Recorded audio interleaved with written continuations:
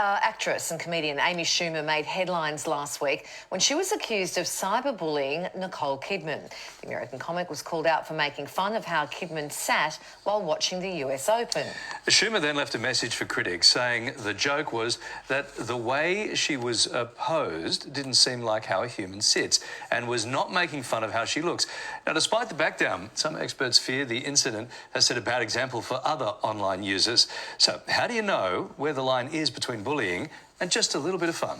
For more, we're joined by digital resilience speaker and executive director of Why Safe, Yasmin London. Hi, Yasmin. Nice to see you. Nice to see you guys. Firstly, is what Amy Schumer did, is that classified as cyberbullying?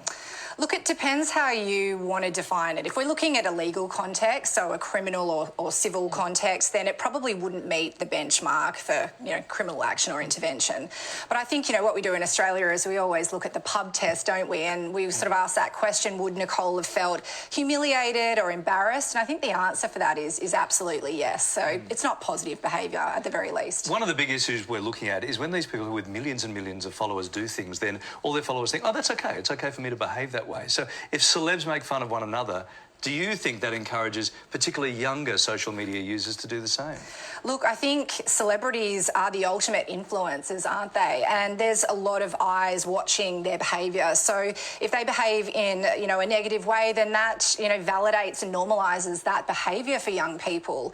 Whether they like it or not, being a celebrity comes with responsibility, even if you're a comedian. So we've got to think about the things that we do before we post to millions. Sure. So how do we build digital resilience in ourselves or in our kids? Look, there's a lot of different ways, but I like to simplify it into what I call the 3 C's. So the first thing is having a mindset of curiosity, and that allows us to be more empathetic and understanding, I guess, about other people's perspectives.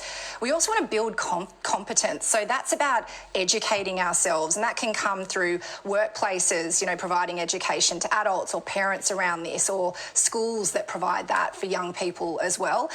The third one as well is community. So where are we spending our time and with who? What people are going to step into these situations and be active bystanders or help redirect a conversation so that it doesn't escalate? Those are probably the top ways. We're hearing so much about cyberbullying nowadays. If you are a victim of that, what should you do? How do you respond? Yeah, the first thing and the most important thing is to stay calm.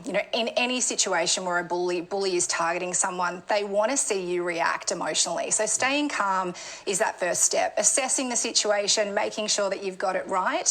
You can even, redirect the conversation. You can, put some boundaries in place and tell people that they're maybe crossing them.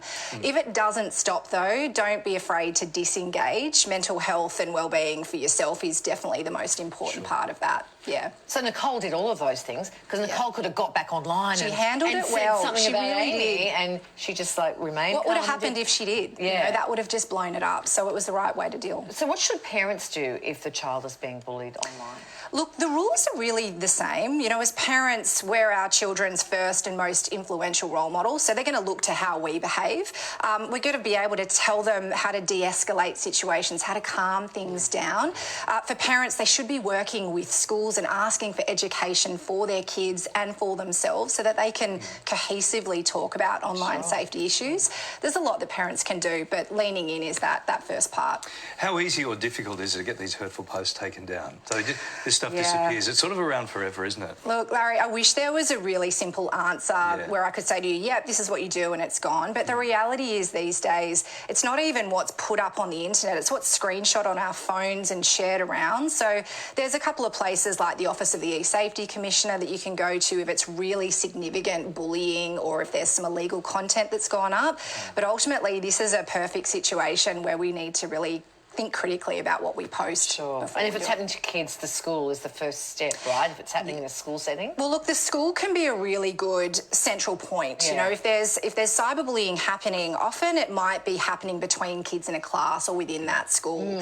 So one of the really important things for parents and for schools to know is we don't necessarily need to go straight onto the technology, like the social media platform or the game, and blame that, because what we're often seeing is the issues that are occurring in a schoolyard then playing out online. So if we address those foundational issues in a school, that can be really helpful. Just quickly, it's such a massive issue. Are we getting anywhere near on top of it at all? Look, it's tricky, isn't it? People need more education. You know, we need to understand that this is not going anywhere. And, you know, if we come into immersive worlds like the metaverse and we've got generative AI that's been unleashed on society, that's going to amplify these issues. So education is really key. Yeah, tools and resilience, right? Thank you so much. Really good tips. Thanks, Thank you. Yasmin.